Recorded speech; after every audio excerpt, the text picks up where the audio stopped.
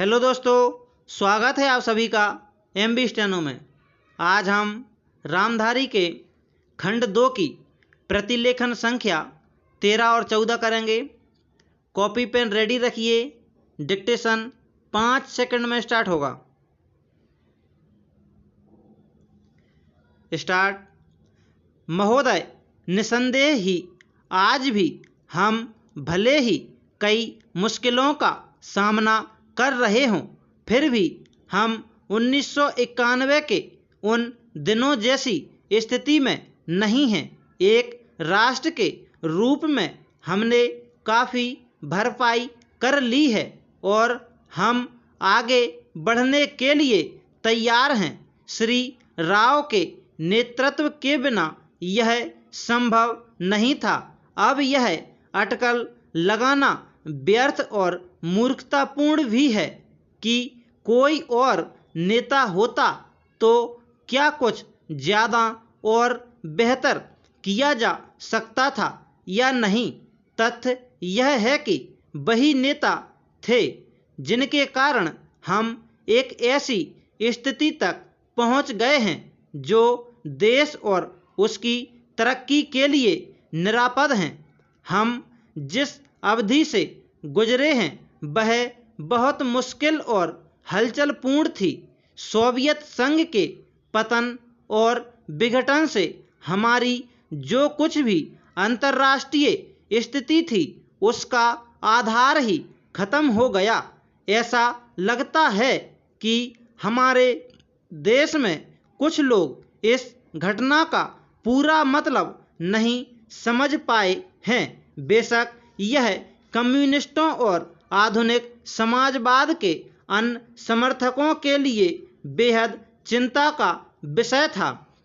इससे उन सभी निष्पक्ष देशभक्तों को काफ़ी दुख हुआ जिनके लिए सोवियत संघ अच्छा मित्र था और अकेली विदेशी शक्ति थी जो हमेशा हमारे साथ खड़ी होती थी। उससे हमें काफ़ी नैतिक और भौतिक समर्थन भी मिला था। हमारे देश में सोवियत संघ के तमाम मित्रों में भी सभी लोग यह नहीं समझ पा रहे हैं कि आर्थिक, वैज्ञानिक और प्रौद्योगिकी के हिसाब से इसका क्या मतलब था और है। अब हमें सख्त ज़रूरत थी तो कोई ऐसा नहीं था जिसकी ओर हम देखते। घबराने और अपने देश को दिवालिया राष्ट्र घोषित करने के बजाय प्रधानमंत्री ने मुश्किलों का डटकर मुकाबला किया। हमें इस संकट से निकालने की व्यवस्था की और साहस के साथ देश को एक नए आर्थिक रास्ते पर अग्रसर किया। प्रचेन कांग्रेस ने अपने चुनाव घोषणा पत्र में इसकी मोटी रूपरेखा न बना ली होती तो बेशक यह संभव न हो पाता। इस घोषणा पत्र के मुख्य निर्माता स्वयं राजीव गांधी थे और इसे तैयार करने में श्री राव उनके मुख्य सहायक थे। देश को संकट से उबारने और नए आर्थिक रास्ते पर ले जाने में बेशक मनमोहन सिंह की देशभक्ति, विद्वता और ख्याति महत्वपूर्ण कारण थे। नई आर्थिक नीति जनता के हित में नहीं है। इस काल्पनिक तथ्य को लेकर काफ़ी हंगामा मचाया जा रहा है। इसके उलट अगर उसे अपेक्षित ढंग से लागू नहीं किया जा रहा है तो इसकी वजह यह है कि जनता के नाम पर हर तरह की आंशिक और कॉरपोरेट मांगें पूरी की जा रही हैं। प्रधानमंत्री ने दो महत्वपूर्ण तरीकों से नई आर्थिक नीतियां बनाने में अपना योगदान दिया है। सबसे पहले तो उन्होंने नई नीति लागू करने के लिए मध्यम मार्ग अपनाने पर जोर दिया है। नए आर्थिक कार्यक्रम को लागू करने में उन्होंने जो दूसरा महत्वपूर्ण योगदान दिया है वह है इसके पक्ष में राष्ट्रीय सहमति बनाना। प्रचन महोदय, हमारे देश में राजनीतिक विचारों में जितनी भिन्नता है उसके मद्देनज़र यह एक असाधारण बात है, जबकि इनमें से ज़्यादातर लोग यही ठाने रहते हैं कि चाहे जो हो और जो भी मुद्दा हो उन्हें विरोध करना है। चुनावों में झटकों या यदाकदा टेढ़े मेढ़े रास्तों के बावजूद प्रधानमंत्री के नेतृत्व में जो नई आर्थिक नीति बनाई गई है उसे राष्ट्रीय स्तर पर स्वीकार कर लिया गया है। माकपा से लेकर जनता दल और भाजपा तक आर्थिक क्षेत्र में मूलभूत सुधार के अलावा पंजाब में नाटकीय बदलाव आया है। बंदूक की लड़ाई की जगह अब पूरी तरह बेल्ट की लड़ाई ने ले ली है।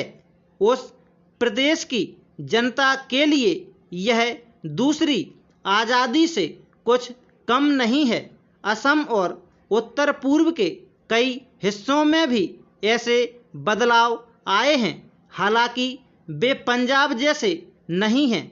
ऐसा समझना कि आतंकवाद का खतरा टल गया है बेशक गलत होगा, पर जो सफलताएं हमने पाई हैं उन्हें स्वीकार न करना कम गलत नहीं होगा। पंचायत और स्थानीय निकायों के चुनाव कराने को भी साधारण काम नहीं समझा जाना चाहिए। इस कदम से महात्मा गांधी के सपने और दिवंगत राजीव गांधी की लोकतंत्र के लिए प्रतिबद्धता फलीभूत हुई है। यह संविधान की अपेक्षाओं के अनुरूप लोकतांत्रिक क्रांति को आगे बढ़ाने का प्रतीक है। इससे हमारे राष्ट्र का लोकतांत्रिक आधारभूत मजबूत हुआ है। प्रचन हिंदुत्व के घटते उन्माद का ध्यान रखना भी उतना ही महत्वपूर्ण है। भाजपा और शिवसेना को चुनावी सफलता भले ही मिल गई हो, पर राष्ट्रीय स्वयंसेवक संघ का नेतृत्व भी मानता है कि उसका मुख्य कारण कुछ राज्यों में भ्रष्टाचार, बढ़ती कीमतों, बेरोजगारी आदि जैसी सामान्य समस्याओं से निपटने में कांग्रेस सरकार की नाकामी थी, न कि सांप्रदायिक भावनाएं। हिंदू सांप्रदायिकतावाद में स्पष्ट कमी आना बहुत बड़ी राष्ट्रीय उपलब्धि है। इन सबसे महत्वपूर्ण है सार्वभौमिक मामलों में भारतीय व्यक्तित्व का फिर से उभरना। इसके आयाम हमारे विदेश संबंध में आर्थिक अंश की वृद्धि से कहीं अधिक है। चीन से संबंध लगातार सामान्य होते जा रहे हैं। भारत ईरान संबंध फिर कायम हो गए हैं। इसी तरह दक्षिण अफ्रीका के साथ परस्पर लाभ के सहयोग की नई संभावनाएं बनी हैं। अमेरिका और अन्य विकसित पूंजीवादी देशों से सहयोग बढ़ाने की दिशा में समुचित ध्यान दिए जाने के बावजूद किसी भी मसले पर हम नहीं झुके हैं। समर्पण की बात तो दूर है, इसमें आर्थिक संबंधों के महत्वपूर्ण स्वरूपों के अलावा रक्षा का क्षेत्र भी शामिल है। इसका सबसे ताज़ा उदाहरण है परमाणु अप्रसार संधि के मामले में हमारा अपनी नीति पर कायम रहना, जबकि इसके लिए हम पर कई दिशाओं से भारी दबाव डाला गया। गुटनिरपेक्ष आंदोलन को नई नीति देने के प्रयास भी चल रहे हैं। इन सब उपलब्धियों को मिलाकर एक वाक्य यह है कि प्रधानमंत्री ने सबसे बड़ा काम यह किया कि हमारे देश में शासन पुनर्स्थापित कर दिया और लोकतंत्र को सुदृढ़ बनाया। Full stop. दोस्तों, यह डिक्टेशन 100 शब्द प्रति मिनट की है। बताइए आपको कैसी लगी।